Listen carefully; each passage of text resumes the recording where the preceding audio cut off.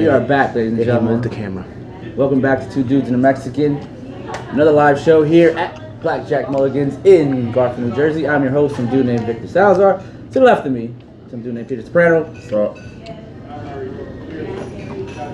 Something's wrong. To the right of me, I don't know. Yeah. We got you, Dave. So it's supposed to be some Mexican. Yeah. Resident Mexican, Dave Quinones. Yeah. Have fun where you're at. I think he's at Point Pleasant. Yep. So in his honor, I brought a little Mexican flag for him. If you can't see it, Yeah. shout out to all my Mexicans. Keeping the culture. Shout out to Dave at Point Pleasant. Hope you're having a great time. Exactly. Hope your skin is burning. I hope you're getting a Better jump in that pool fast. really bad tan. It's gonna be real bad. Thanks for showing up, Dave. Appreciate it. Yeah. All right, so Sunday, welcome back. Before we get started, like I said, need your help. We want to go back on YouTube just to go live, so we need to get to 1,000 subscribers. YouTube.com/2dudesandamexicans. Subscribe, TWO and a Mexican. You guys can spell, but I'm just pointing out the number wise. Aside from that, subscribe. Obviously, we're gonna have more interviews. If I go cover live boxing events, you'll have interviews of me covering, interviews with top names in boxing. When Pete gets back into, trying to be a football writer because he's kind of quit. I haven't heard from stuff from him. You'll get more interviews on that end. Yeah. But yeah, please subscribe. Obviously, get updates to the show whenever we go live because we go live randomly sometimes. But welcome back. Today's show, pretty good. Football is back, ladies and gentlemen. Damn the right. NFL is back. Yesterday, the Hall of Fame game, or Thursday, I believe it was. Yeah, Thursday. Thursday. So we're going to talk a little bit about the Hall of Fame inductions. We're going to talk about, the NFL being back. We have Carolina Panthers reporter Antwan Staley.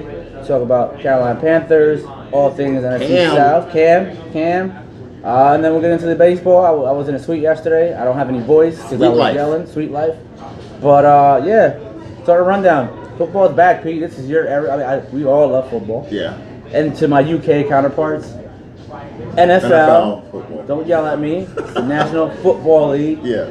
I don't call football soccer. Sometimes I do because I'm conditioned to it. Yeah. But NFL's back. Just jump right into it. I mean, Thursday, I didn't get to watch the game. What were your thoughts on NFL being back, preseason? Well, I was happy to see football back. I'm one of those football nuts that it doesn't even matter if it's like during preseason or anything. I just want to see some type of football. So it was good to see everything back. I saw probably a couple drives of it. I saw a touchdown, but it wasn't much to see. It was just good to see it back. And it was good to see the Hall of Famers out there. They spoke with every single Hall of Famer. We saw Ed Reed. We saw Champ Bailey. We saw Tony Gonzalez. So they were all out there and talking about their careers and bringing up some of their old memories and everything like that. So it was actually pretty cool to watch that part. That was the big thing about the production. I didn't watch any of it. I'm sorry. It was like Denver versus Atlanta. Yeah. I don't like Matt Ryan. I don't even know who the They didn't quarterback. even play. Who's the quarterback of the? Who's the quarterback of the Broncos? Well, it's Flacco, but neither starter played. Joe Falco. Yeah, Joe Flacco. Joe Falco. Shane Falco from. It would have been more replacement. Shane Falco. Nah, I've always called Joe Flacco Shane Falco just because. It almost makes sense. Because like in the movie The Replacements, Shane Falco played for like the Washington Washington Senators. Yeah. I don't remember what it was. So Baltimore area, kind of the same thing, had the same last name. But he's a Super Bowl champion.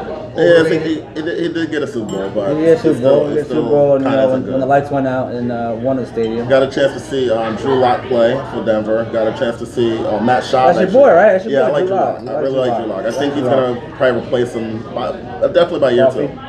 Yeah, you said they have good coffee? They do have good coffee here. And then you have Matt Schaub starting for the Atlanta Falcons, and he sucked as usual. Matt Schaub? Didn't he get like a big contract a couple years back? Yep. Is he still alive? He actually still alive. I was shocked. I didn't even know he was on their team, but he may not be much longer after he played. Dave, how do you feel about Matt? Oh, you're not here. Oh, he's not. Never mind. Anyways. You get the point, Dave? You get the point, Dave? Yeah. Glad you showed up. Good job, Dave. But we have the Mexican flag in your honor. Yeah. You're represented. This is one of the so jumping right into it before we get to Antwan Staley. One of the best Hall of Fame classes I think we've seen in a while. Yeah. And I think at the time Tony Gonzalez could be considered one of the, if not the greatest. I'm gonna say he's probably the greatest tight end of all time. Yeah, I agree with that. Longevity, because you could say Gronk. right? Gronk in his prime, was probably the best tight end. Yeah, but in terms of longevity, and he changed the position. He made it into a sexy position. It wasn't just a guy that blocked. Exactly. For your third downs, second downs, first downs. Exactly. Catch 2 passes a game and everything. Maybe 4 receptions, 12 yards. It started to change with the Jay Novaceks and the Brent Jones, and then he brought it to another level. He was actually a tight end that could get 1,000 yards receiving, which was unheard of. So he completely changed the way, and the way people look at tight ends now. They look at basketball players. He was a basketball player, and they see boxing out the people. He changed the way the whole position was played and how it's looked at. I think he is the greatest tight end of all time. I think had Gronk played more years, possibly he could have. He possibly could have been the greatest of all time. Yeah. And that's me being a Patriot hater saying that. Yeah. But Gronk's from Arizona. So I got a soft spot in my heart anyway. Give him something. So I got to give him something there. But I do think Tony Gonzalez's speech was amazing. And I wish Dave was here to talk about it. Yeah. He's Mexican. Dave, let me get your thoughts on Tony Gonzalez. Yeah. Good job, Dave. All right, back to you, Peter. Good job. Tony Gonzalez, great athlete. Sad that he never got to get a ring. I know he was ring chasing at the end to try to get there. I think he's really signing with Atlanta. To try to get there with Julio Jones. And then Belichick shut him down because he double teamed him in the championship. Well, 28-3. 28-3. It's kind of your own fault. Yeah. It's kind of your own fault, Atlanta. Yeah, it is. You guys suck. Yeah. You guys suck. All you. Matt Ryan. Julio Jones. Stop throwing the ball. Julio Jones. Run the ball. Overrated. Who was? You got Devontae Freeman. Was the other guy from Alabama there at the time? What's his name? Really wasn't there. Really wasn't there? No, he wasn't there. But they had Devontae Freeman who was having a good game, and they stopped giving him the ball. You guys suck. Why? You guys 23. You guys suck. Makes no sense. You added to the. And that runs in the state because obviously Georgia choked against Alabama. How many times? You guys sucked. Sorry, Pete. I hope the Braves don't choke, but. Dang, we're used to it. You're used to it. And then shout out to probably, in my opinion, the greatest defensive back of all time. From the U. Old Uncle Ed Reed. Yep. He's still looking like somebody's uncle at a cookout. He do, but he still look like he can play. They come out and be like, hey man, let me get about 8 pieces of ribs, 2 hot dogs, 3 burgers, some chitlins. And he still look like he can play. Shout out to my man Ed Reed. To me, I know you posed the question, is Ed Reed the greatest defensive back of all time? I'm just going to say yes. Yeah, because the 2 names that come to my mind obviously are Ed Reed and Deion Sanders. Yep. But the difference is Ed Reed can actually tackle. That's the tiebreaker for me. So I have to give it to Ed Reed. I just think Ed Reed could tackle, could cover. Yep. And once he got the ball, man, like I know Deion, once he got an interception, you can take it back. Let's look at Ed. But I thought anytime Ed got an interception, he was out. Yeah. He was out. Every single time. Full speed. Like, out. Like he's Usain Bolt. He's like boom. Full speed out. And the greatest compliment one of the greatest compliments you give to him is the person that's considered maybe the best quarterback of all time, Tom Brady. Eli Manning? You zoom in on his screen. Eli Manning? Whatever. You zoom in on his pad, on his arm to look, and he said, always watch where number 20 is. Always keep eyes on number 20. I respect that. I also I respect when Brady said he was like, yeah, Bill Belichick loves Ed Reed. Right? What did he say? What do you call him? Like, he was like, I think Belichick wanted to adopt Ed Reed. Yeah, something like that. He really wanted him on that team so bad. But no, Ed Reed, to me, greatest DB of all time. Also, shout out to Ed Reed promoting social justice. Yeah. We had the shirt of all the people that have been killed by police brutality. Yeah. Said their name. Again, saw what happened yesterday. Crazy, living a crazy America, man. And crazy days, man. Crazy days. The last you go to sleep and wake up and you have no idea what happened. Last 12 hours, mass shootings. I mean, it's crazy, man. And Texas and Ohio. That's why I don't watch the news. That's why I'd rather watch SportsCenter than watch the news, and I hate SportsCenter. Yeah. So, before we get to Staley, I just want to give my shot to Champ Bailey. Champ Bailey was probably one of my favorite players ever. I just thought his name was like a cornerback name. His name was Champ Bailey. Like, how more football or cornerback can you not be? His name's Champ Bailey. Yeah. One of the best cover corners of all time. Another well-deserved Hall of Fame induction. hard hitter, great cover corner. I mean, what else can be said of Champ Bailey? Like, what else can you add that's not been added about Champ Bailey? I just like the way he's played. He's balls to the wall all the time. Yeah, he was one of those guys that another guy that was avoided. People didn't want to throw his way. He was so athletic. He was another guy that you just didn't want to throw to. So, and he was the modern day, like he was almost a modern day version of Deion because he didn't want to throw his way. But he did hit hard though. He did. He did hit hard. He could hit hard. He hit hard. And that's why I like Champ Bailey. I mean, I thought yesterday's draft class, Hall of Fame class, probably one of the best of all time. Just off those 3 names alone, I think probably the greatest DB of all time, the greatest tight end of all time, and arguably top 5 defensive back of all time. Yeah, exactly. Arguably.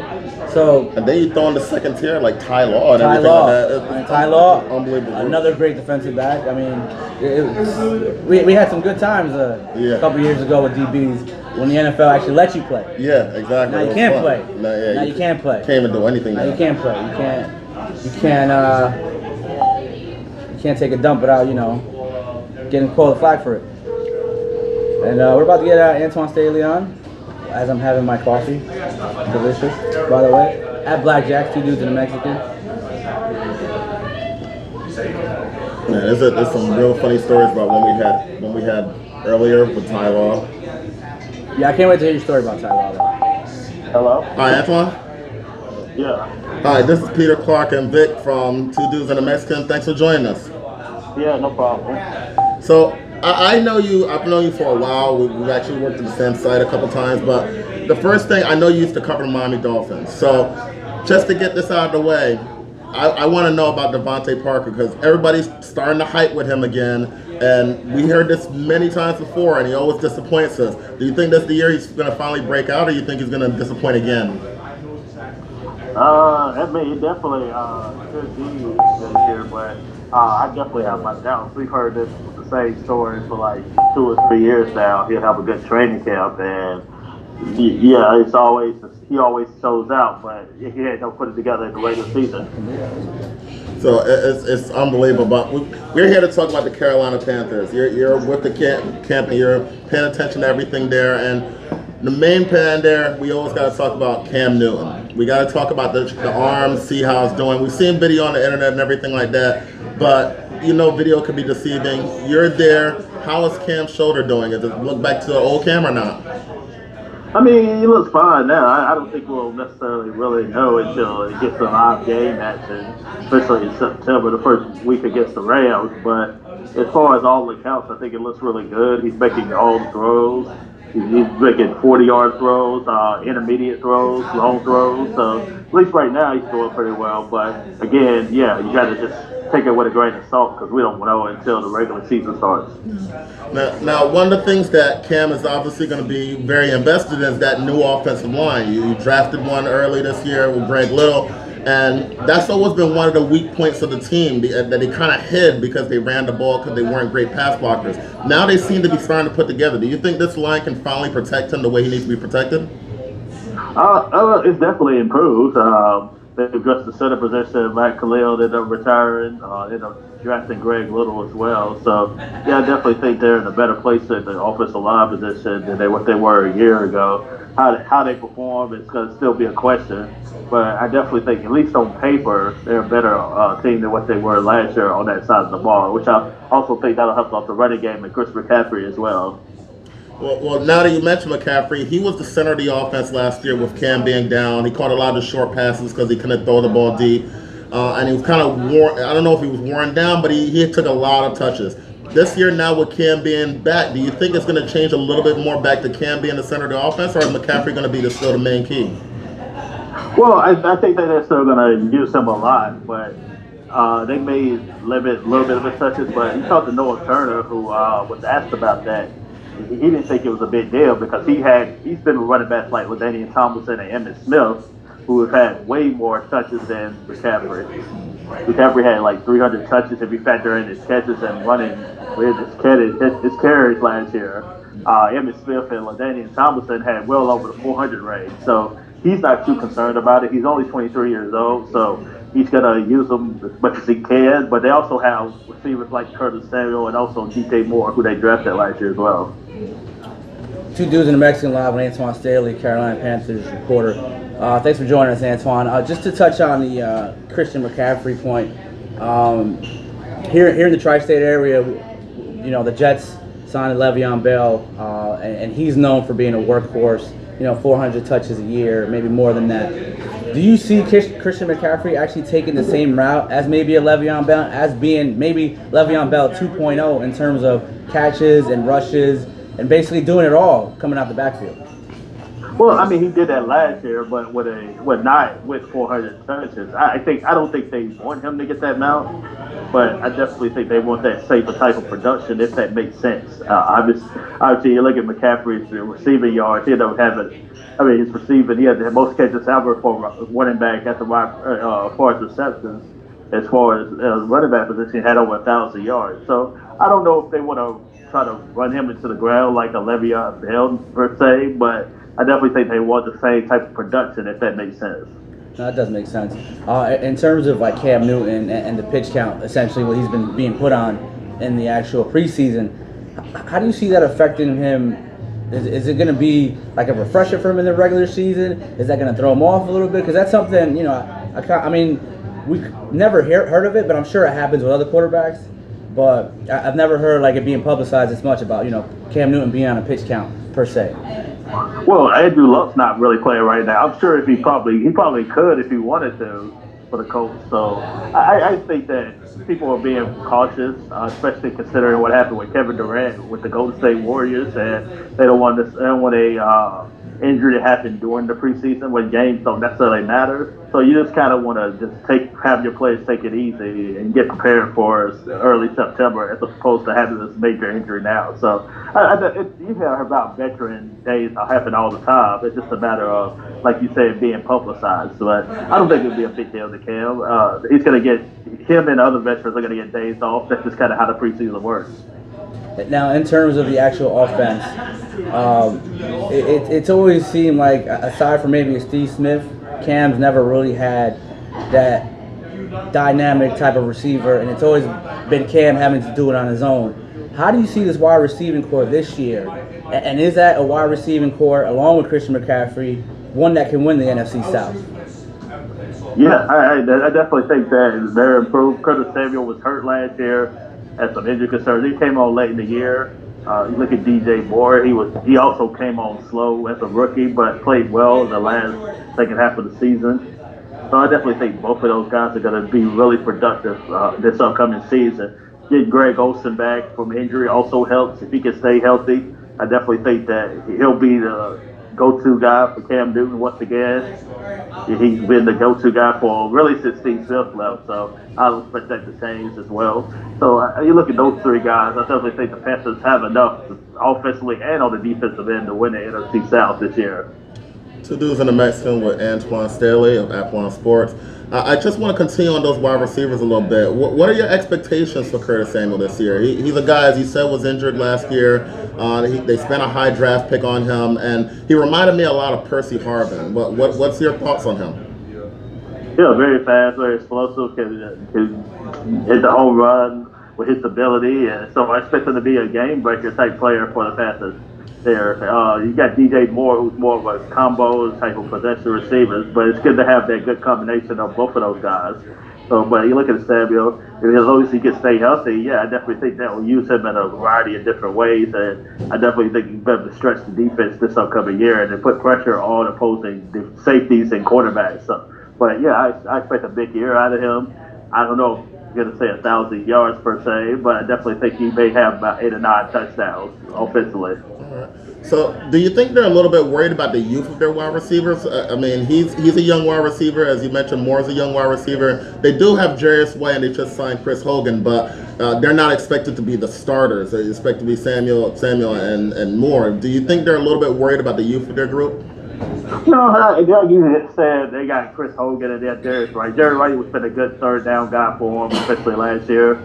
So yeah, I definitely think they'll continue to have those guys play vital key roles, but they don't necessarily need to have a veteran guy lead up a receiver. They like the good receiving core that they have in Samuel and Moore, and they also have Greg Olsen too as well. So even though he plays a tight end, but he's still a veteran that gets the ball a lot. So I definitely think that's definitely going to help them in that department. I want to switch a little bit to the defensive side of the ball. They used their first round pick on Brian Burns, and they have a new defense where it's kind of a hybrid 3-4 defense. How do you think he fits into that new defense? Well, I think he'll be fine. Playing more of a rush in there.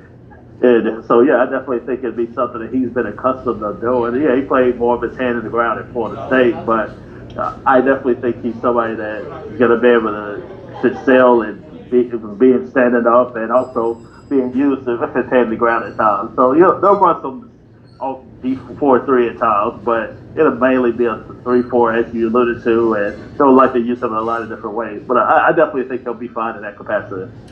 How do you think they're going to use their linebackers with Shaq and with Kuechly? Do you think are they going to be both in the middle, or is one of them going to be on the outside?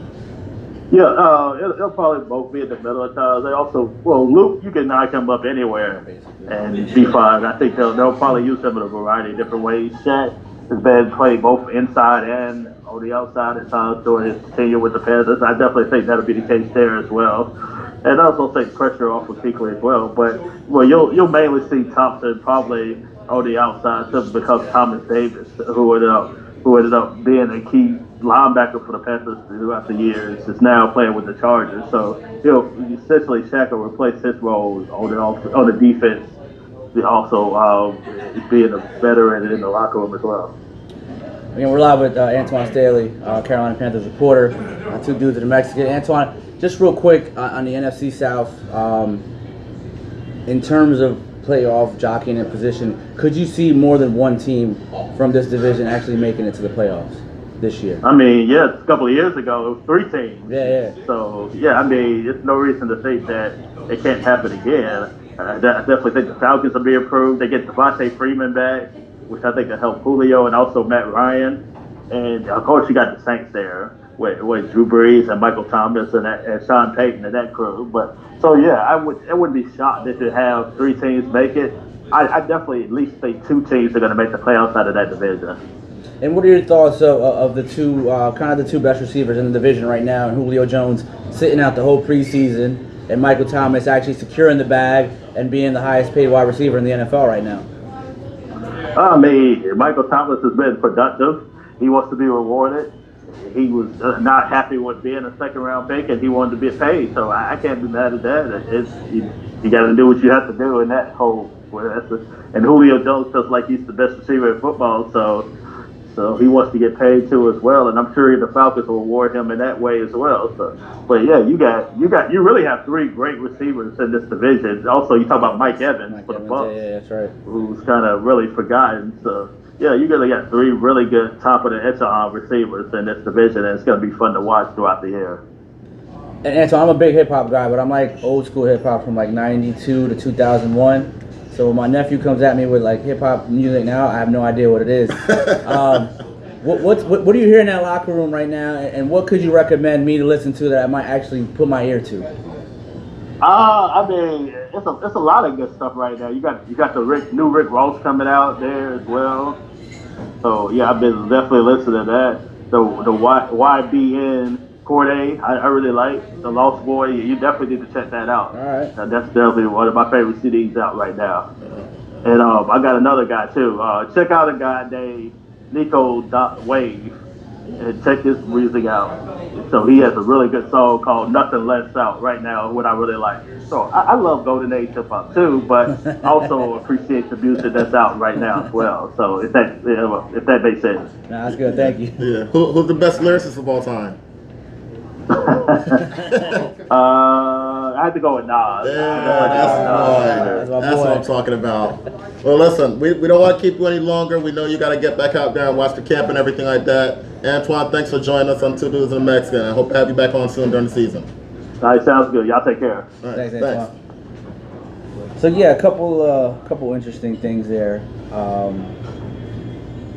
I still don't know. Listen, I like Greg Olson. Obviously, he's from Wayne, New Jersey. Yeah. Right down the road from me. I think he went to Wayne Hills. Yeah. And he went to the U.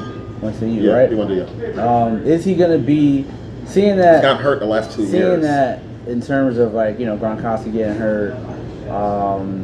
He's been hurt. He almost retired. Monday Night Move. He's got a gig lined up for him. He's going to do it. while he's on the bye week. Yeah. So That's weird. I haven't seen enough of DJ Moore to think that he'll contribute a lot. Maybe he will. But again, it seems like it's going to be the Cam and McCaffrey show going forward. Which isn't and bad. I love Greg Olsen. I think Greg Olsen is an underrated tight end Yes. in this league.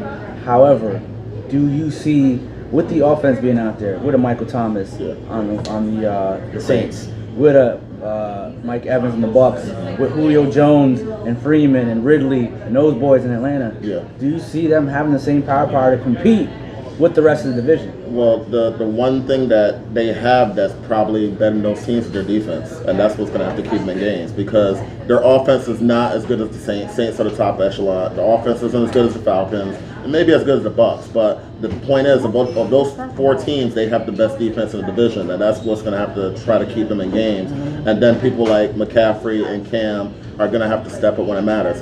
With Greg Olsen, his being at that age and you've been hurt the last 2 years, I'm worried about him.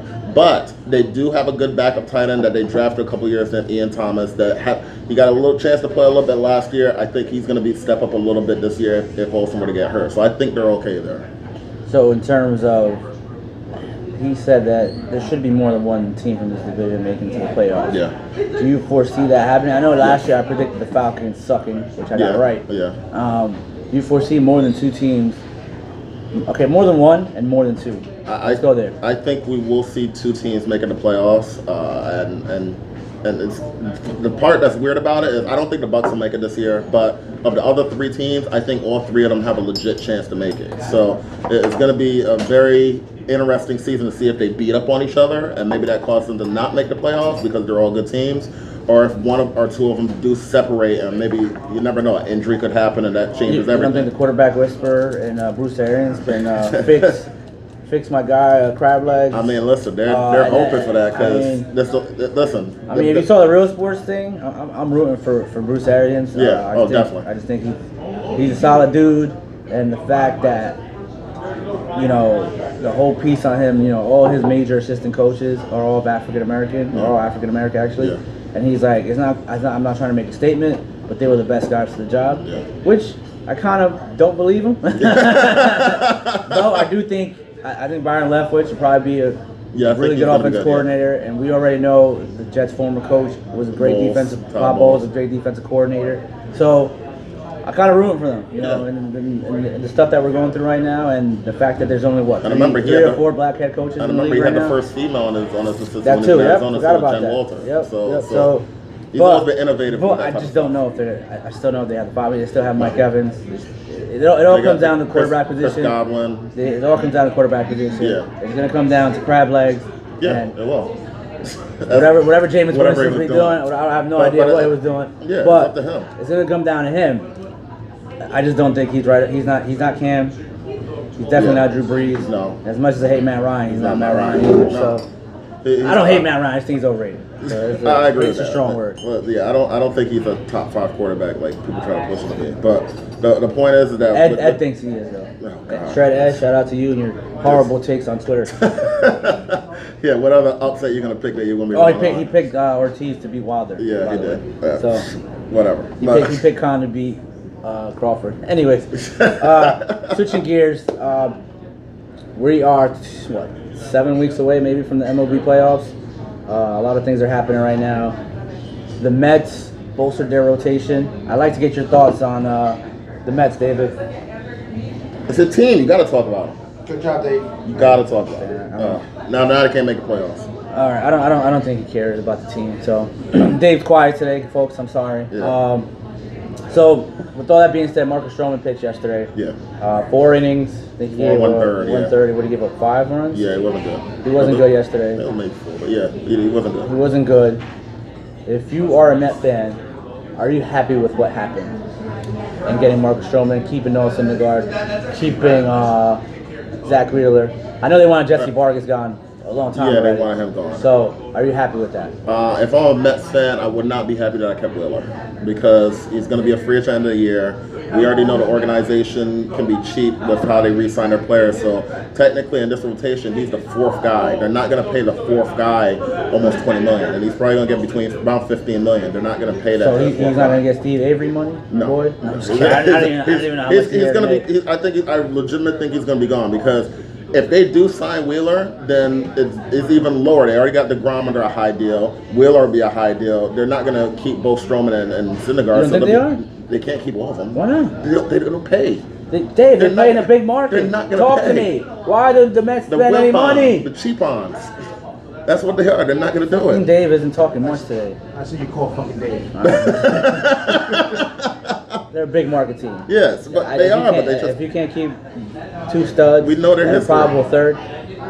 This is why when they just had DeGrom and Noah, back we it said in, they were going to back trade up one the of trucks, clear this place out, have the bulldozers come in and turn this place into a parking They lot. need somebody else to run that team because if you can't open, if you're in Major New League York, reference. if you're in New York and you can't like run your team like an actual Even the Knicks spend money. team, I mean, what's the point? They spend it wrong, but yeah, they spend the money. Like, what is the point? Like, Even the Devils spend money. the Devils, yeah, they're actually spending money. What the hell?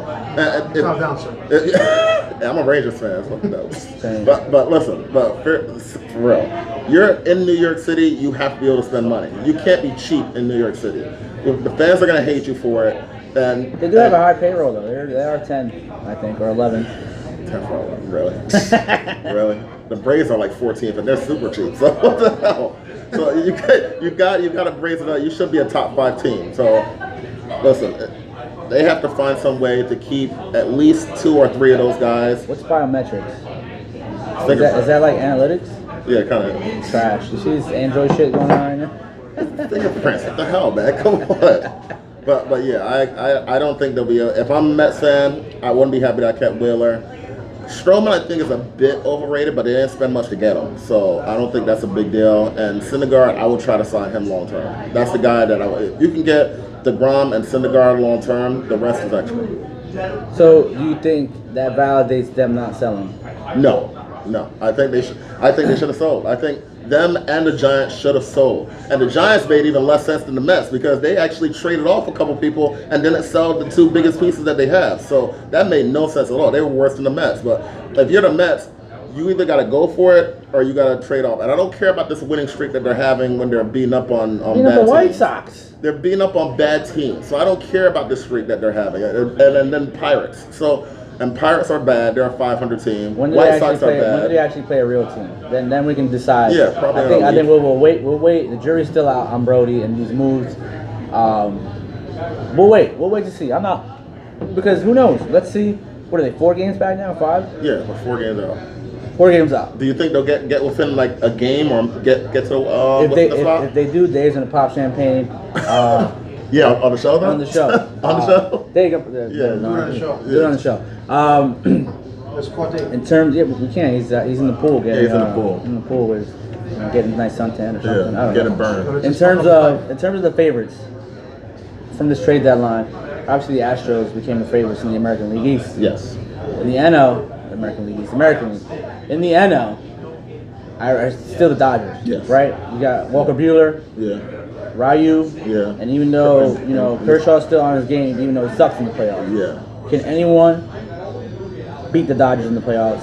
August 4th, right now, August 1st, 2019. Can anyone beat the Dodgers in the playoffs? You know what's funny?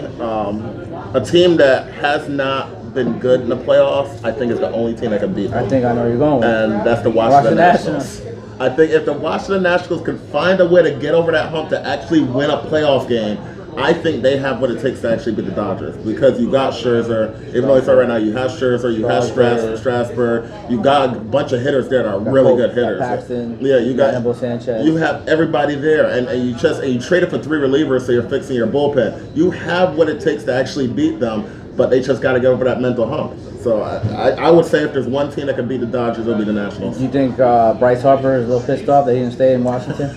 No. He's probably just sitting back still counting his $330 million. Whatever. He's fucking. I don't know if he's a winning player. So I think he's. So he's basically Carmelo Anthony. You're saying? I think he's in it for the money. He's based Carmelo Anthony. He's a winning player for He's based Carmelo himself. Anthony. So, Yeah, exactly. so Bryce Harper is MLB's version of Carmelo Anthony. Yeah, kind of. You know what we're saying? Yeah. Is Manny Machado that too? You know what's weird? I never thought of Manny Machado like that, but you know what? It's possible. He's getting there. It's possible. He has changed a little bit in the past couple of years, so Listen, it's possible. I was a big Manny Machado guy. I wanted him to be a Yankee. Yeah. I'm glad he's not here. You rather have Urshela? Urshela's got a better glove, and he's not going to hit 40 home runs, but he's doing the damn thing. But he gets a He's playing well. And you know, David John MVP, David John LeMahieu. Yeah. Shout out to my boy. He's played Saw him really yesterday. well. 17 home runs. He literally, when the ball flies off, you know that whole bullshit exit velocity? Yeah. Whatever the stupid stat is, Yeah. you know, the mile per hour or whatever. Yeah. The ball literally jumps off his bat. Yeah. He hit 3 hard balls yesterday, pause, to right field. He hit him right to Mookie Betts. Yeah. But they were good. I mean, great time last night. Shout out to the Dude. Legend Suite. Dude, speaking of, Good job, Yankee. You know, you still have it on? Yeah. I do have it on. You still have it on? What the hell? Shout out to the Legend Suite. Long night? What the fuck? I was driving home in a goddamn monsoon yesterday. I drove up 208 to get to my house. There was like 5 cars stranded because they tried to go over a puddle. Stupid, why are you going over a puddle? You clearly see it's like 3 feet of water, Yes. but you're going to try to make it anyway. That's New Jersey drivers for you, but Yeah, that's true. not here They're there. But worse. shout out to my guy Patrick at the Legend Suite, bringing me Kit Kats, Cracker Jacks, pretty much anything I wanted. Nice. Aaron Judge is a big dude. Oh, very. I did. First Very. time seeing him really up close. What is Yeah, that, 6'8"? 6'8", big guy. Shout out to Joey, my boy, for inviting me to the game. He let some kid, Sure while he did. was eating, take the ball away from him. So basically, I think it was DJ that threw something near us while he's in his cheesesteak. Literally flew over his head. The kid behind us in the row caught it. I'm like, Joey, bro, like, all you had to do is put your hand You out. want You to take it caught from the it. kid, yo? No, I mean, he wasn't No, going to it's take his it. way, right? It was It's his direction. It was his direction. All he had to do was put his hand up. It wasn't like he threw a 50, a 60, 70 mile an hour. He just flung it.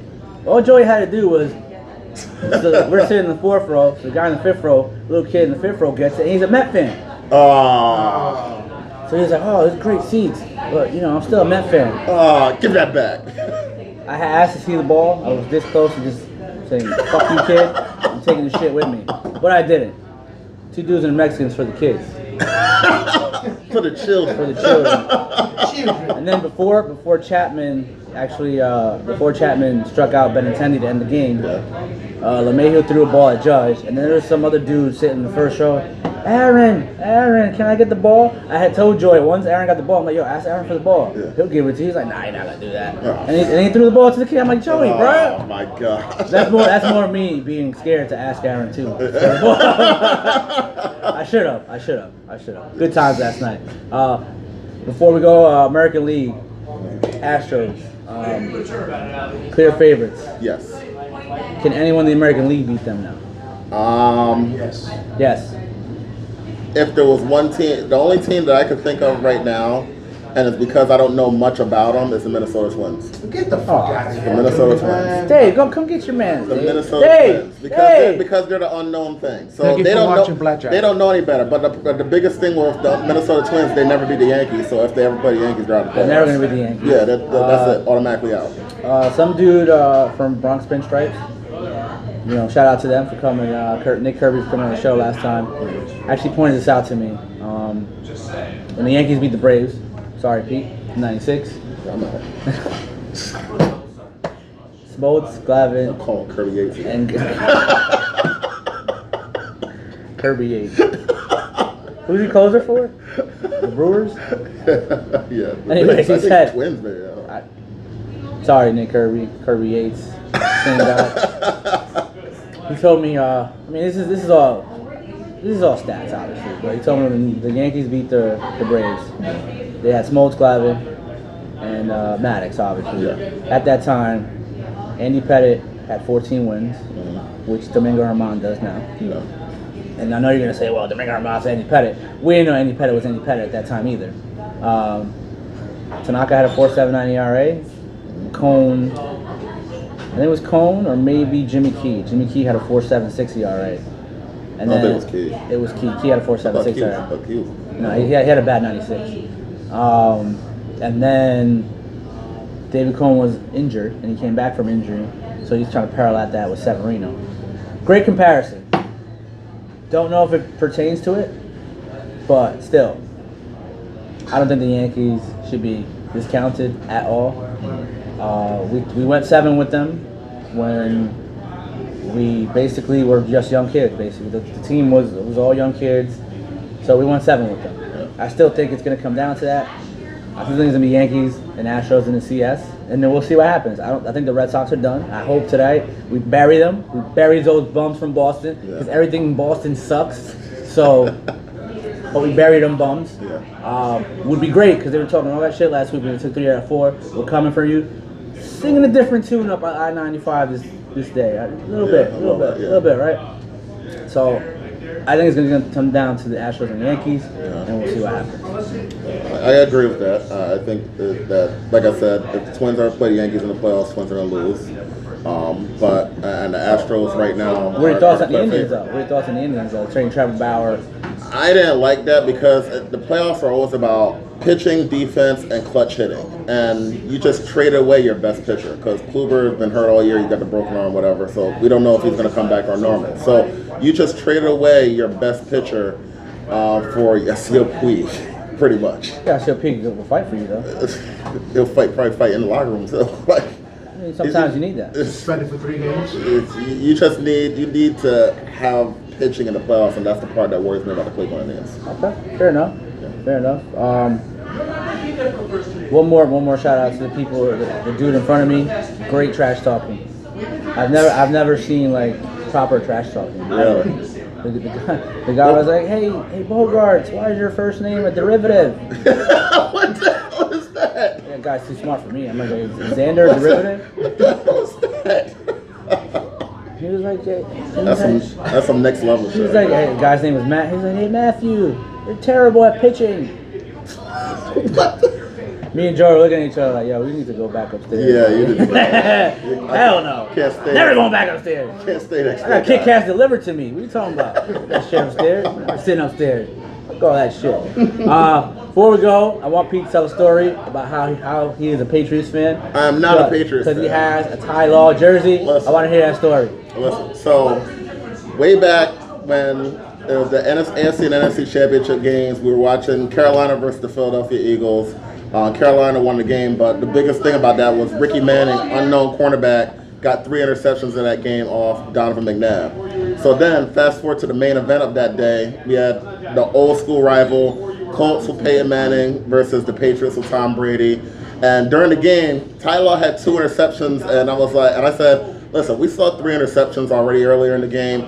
He has 2. If he gets a 3rd one, I'll go to Mall and buy his jersey. And he got that 3rd interception, so I went and bought a Ty Law jersey, and I still have it till today.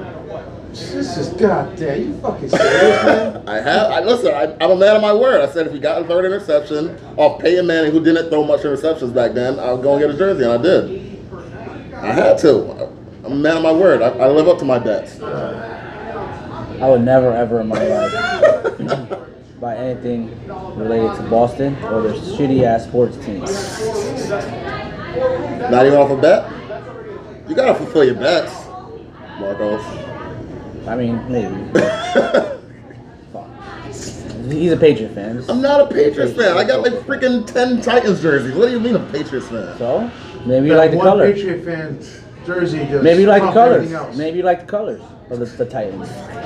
He likes the colors of the Titans. Next time we see Pete, we'll see. You know what my favorite jersey is? We'll see Pete at Foxborough. Nah, never see me there. See Pete at Foxborough rocking You'll never see me there. a Teddy Bruschi jersey. Fuck out of here. never see me. But With a cutout of Tom Brady next to him. I'll tell you what my like this. I'll tell you what my favorite jersey is. That Lance Allworth powder blue is off the hook, though. Is that a Titan jersey? No, man. It's Chargers. You a Charger fan too? Man, man? shut up, Oh man. shit! Shut up. This guy. I have multiple football jerseys. This guy's Drake all of a sudden over here. I got old school Cordell Stewart. Brett Favre. I have those is he jerseys. Drake before Drake? Brett Favre. He's Drake He's before Drake Drake. before Drake. He's Drake before Drake. No. He created Drake. He created Drake. Animal. Good job. You created Drake. No. Good job, Pete. Good job, Pete. God's plan. God's God. plan. Oh no, he likes the. You used to Dude, call stop me that on fucking your cell stupid phone. song. That is the Late night dumbest ringing song me. ever. The dumbest song ever. If Chris is still alive in the DC area, he would know. That's the dumbest song Shout out to ever. Chris. That's our show for the day. We'll be back next week. Premier League starts next Saturday. So Thank you to Blackjacks again. thanks to Blackjack. Shout out to Blackjack. Shout out to Dave for showing up. Good times. Yeah. I'm your host. That's my co-host. We are out. See you next week. Peace.